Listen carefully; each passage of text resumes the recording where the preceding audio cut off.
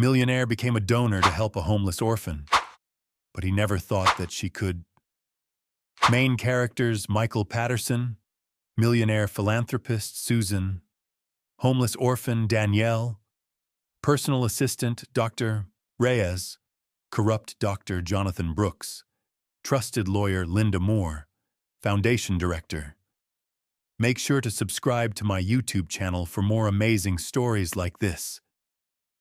Those words echoed in Michael Patterson's mind as he wrapped up a short vlog.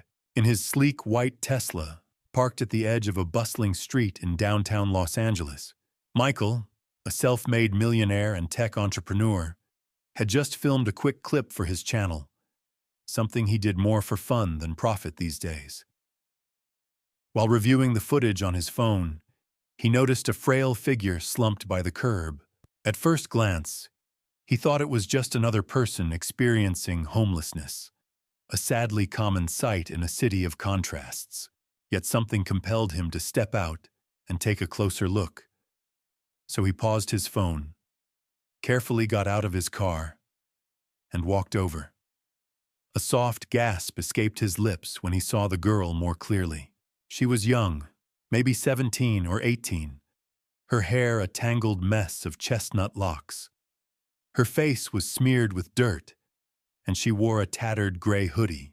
Despite her worn-out appearance, there was a strange innocence in her eyes when she glanced up at him. "Sir, can you spare some change?" she asked, her voice trembling. Her pupils darted from his designer sneakers to the watch on his wrist, then back to his face. Michael kneeled down, ignoring the curious stares of passers-by. "I don't carry cash," he explained in a gentle tone, "but I can buy you a meal if you want." She hesitated, as though she wasn't used to strangers offering genuine help. He extended a hand. "My name's Michael." "Susan," she mumbled, barely loud enough to be heard over the city noise. Michael observed her more closely. She wore no jewelry and clutched a thin, ragged blanket like it was her only treasure. A pang of concern pulled at Michael's heartstrings. He'd grown up in a rough neighborhood himself. Only luck, relentless work, and a few breaks had catapulted him from near poverty to wealthy success. Even after he moved into a luxury penthouse, he never forgot the feeling of having nothing. In that moment, he found himself thinking, "I can't just walk away." He helped Susan stand, guiding her gently toward a nearby cafe. The short walk felt heavy with unspoken tension, as if each of them was trying to gauge whether the other might be dangerous or untrustworthy. Once inside, a wave of air-conditioned warmth swept over them, and she took a grateful breath. Michael placed an order for 2 sandwiches and hot chocolate. Little did he know that this chance meeting would evolve into a deeply tangled story of deceit, and that he was about to become a pawn in a cunning scheme that neither money nor influence could easily fix. Over steaming cups of hot chocolate in the cafe, Susan opened up about her life, talking in bits and pieces, often pausing to sip her drink and stare at the floor. She claimed her parents had passed away when she was only 12, leaving her in the care of a distant aunt. When that situation fell apart, if it ever truly existed, she found herself alone on the streets. The more she spoke, the more Michael felt a surge of compassion. Her story, though brief, tugged at his heartstrings in precisely the right way. "Do you have anywhere to stay tonight?" he asked, concern wrinkling his brow. Susan lowered her gaze. "Not really," she admitted. "I've been sleeping under the 6th Street Bridge. It's not safe, but it's all I have." Michael glanced at his phone, the image of his comfortable penthouse flashing in his mind. He ran a successful tech company, had a consistent track record in angel investments, and possessed enough wealth to make a significant difference in someone's life. "All right," Michael said quietly. "Let me book you a motel for a few days, get you cleaned up, maybe see what we can do from there." A grateful smile spread across Susan's face. I don't know how to thank you. That evening, Michael dropped her off at a modest but clean motel in the parking lot as the neon sign buzzed overhead. She reached out and hugged him, an unexpected embrace, trembling with what felt like relief. "Thank you," she whispered, eyes glistening. Michael nodded and handed her a few essential items he'd picked up from a nearby convenience store: toothbrush, toiletries, some bottled water, and snacks. 2 days later, she called him from a phone he had provided so she could stay in contact. Her voice shook with an odd mix of excitement and fear. "Michael," she said, "I found out something that's, well, I don't know how to say it. I got blood work done. There's a free clinic near here. And they said I have a rare condition. They claim I might need a special kind of transfusion if it gets any worse." Michael's chest tightened in concern, and his protective instincts flared. Without hesitation, he asked for more details, and she haltingly explained that the clinic staff had recommended a hospital consultation. "But I don't have insurance," she lamented. "Don't worry about that," he answered firmly. "I'll make sure the expenses are covered. Your health is a priority." Shortly thereafter, Michael found himself in a cold, white-walled hospital corridor, trying not to recall his own childhood trauma of visiting free clinics that could barely afford enough staff. A middle-aged physician introduced himself as Dr. Reyes, wearing a professional smile. He confirmed that Susan's blood condition was serious. She had a unique blood type that would require a matching donor in case of a crisis. Michael asked about the specifics, and the doctor nodded sagely. "It's extremely rare. The chances of finding a perfect match in the general population are quite slim. But if we do, well, it could save her life." That night, as Michael restlessly scrolled through medical websites, he discovered that he shared the same rare blood type. He arranged an appointment to get tested, and within a week, Dr. Reyes delivered the news. Michael was indeed a match. Susan's eyes welled with tears of gratitude when Michael told her the results. "I don't deserve your kindness," she whispered, her voice cracking with emotion. Unbeknownst to him, the stage was being set for a twisted betrayal. Michael's personal assistant, Danielle, wasn't as easily convinced. She noticed how the hospital bills, lab tests, and consultations were piling up suspiciously quickly. "Have you looked at these invoices?" she asked one afternoon, her usually calm tone laced with worry. He looked them over. The amounts were surprisingly high, even considering the specialized tests.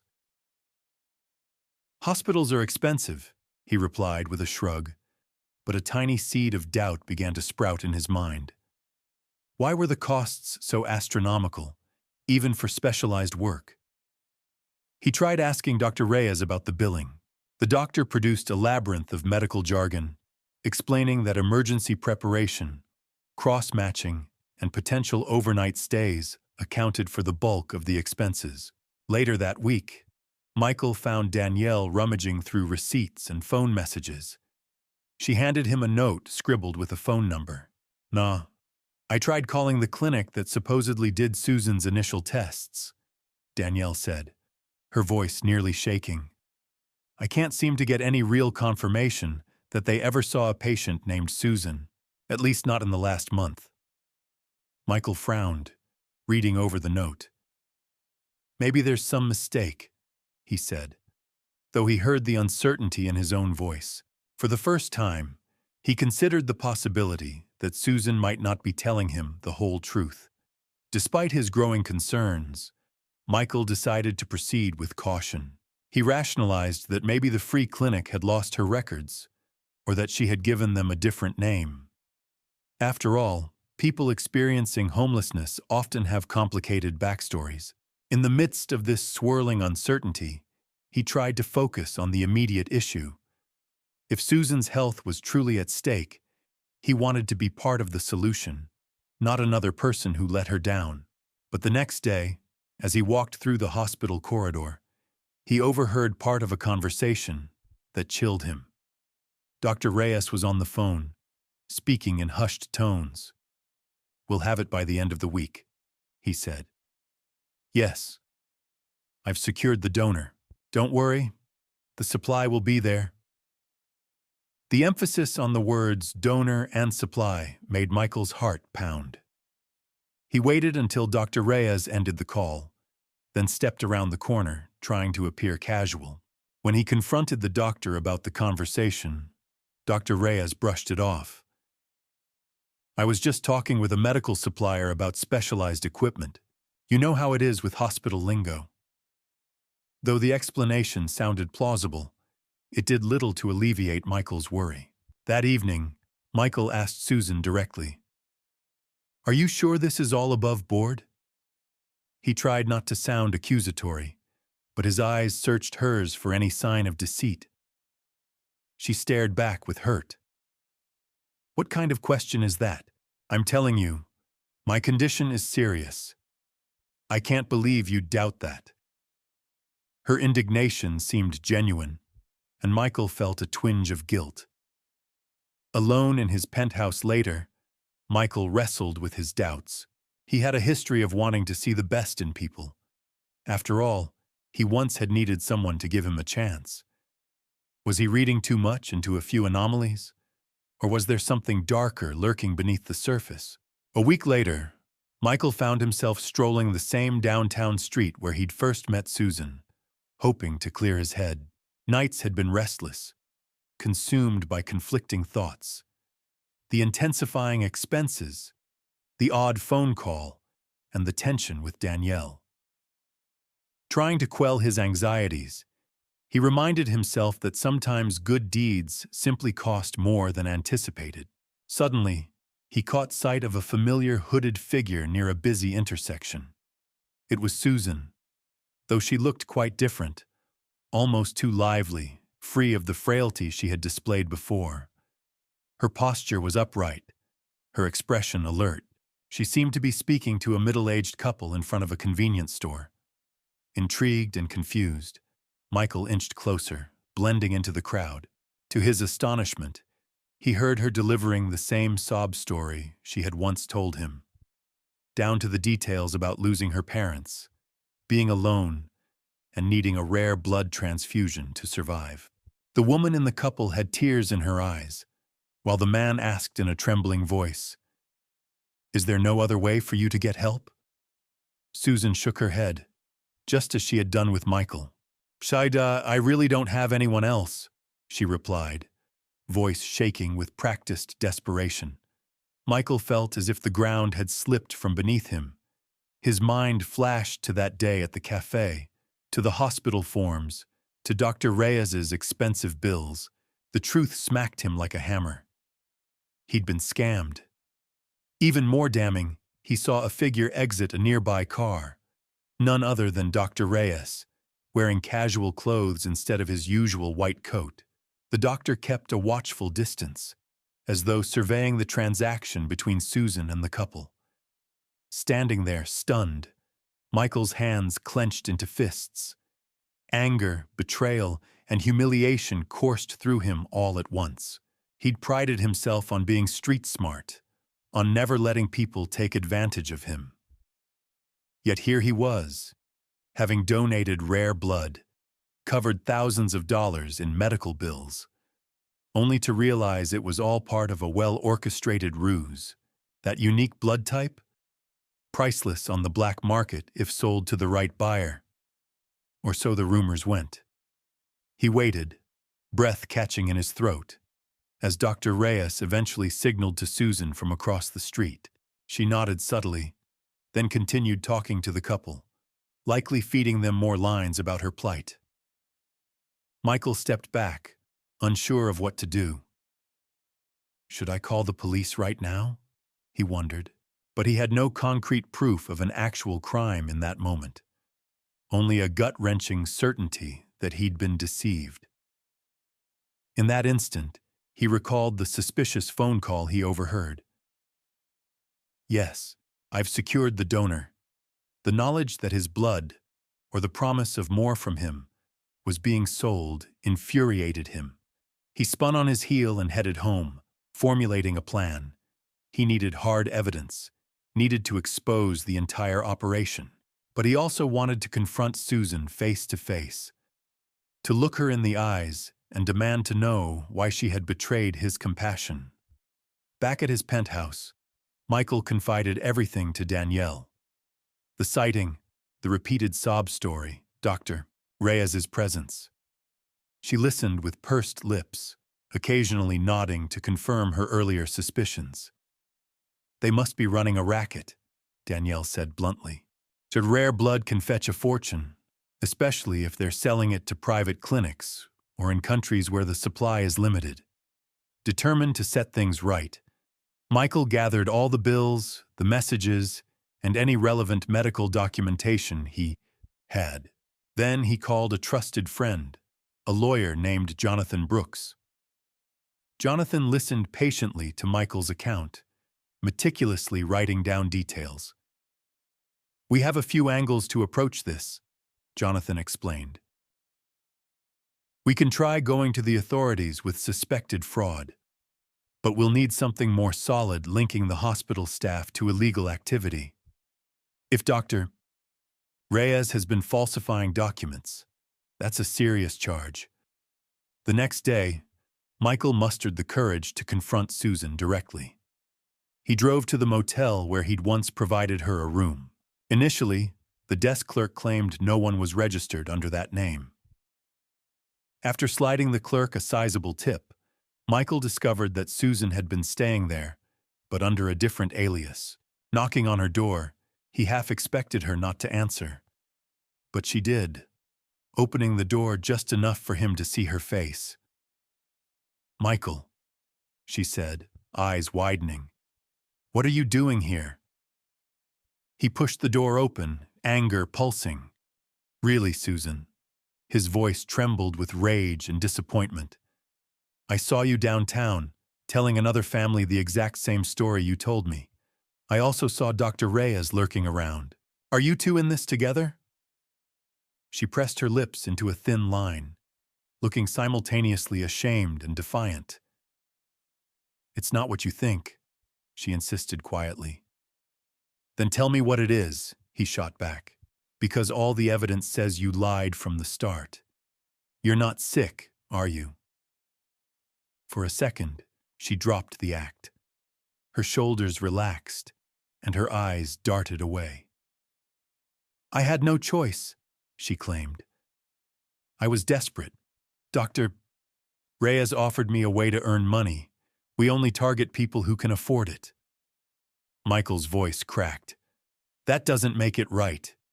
You made me believe you were dying. You had me donate my blood for a life-saving transfusion, and now I find out you just sold it. She winced, stepping back, not denying his accusation. That was all Michael needed. He left, heart pounding, and immediately contacted Jonathan. Within days, they had compiled enough evidence, recorded statements, suspicious billing, the admission from Susan, for Jonathan to present a compelling case to the authorities. Dr. Reyes was soon arrested on charges of fraud, conspiracy, and potentially even more serious counts if the sale of blood on the black market could be proven. Susan, caught in the web, tried to plea bargain by testifying against the doctor. Meanwhile, Michael found himself at a crossroads emotionally.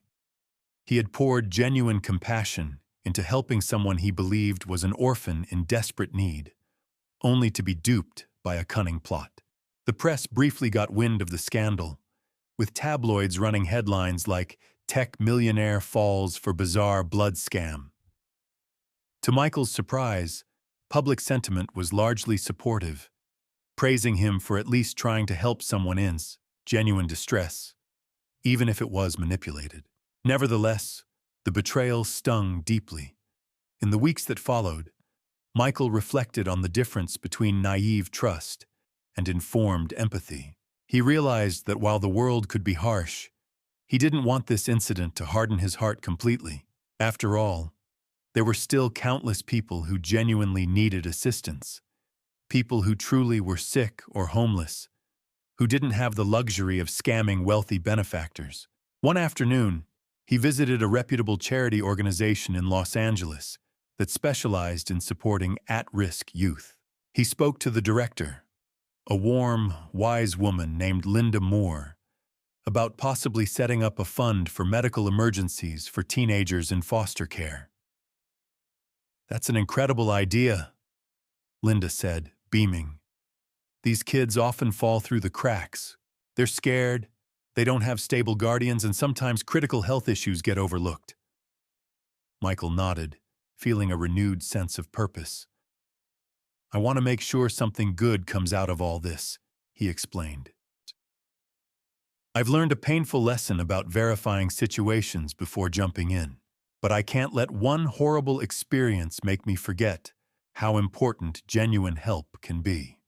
A week later, Michael formally launched the Patterson Youth Medical Relief Fund, pledging a generous initial donation and encouraging others, especially his fans and followers on social media, to support the cause.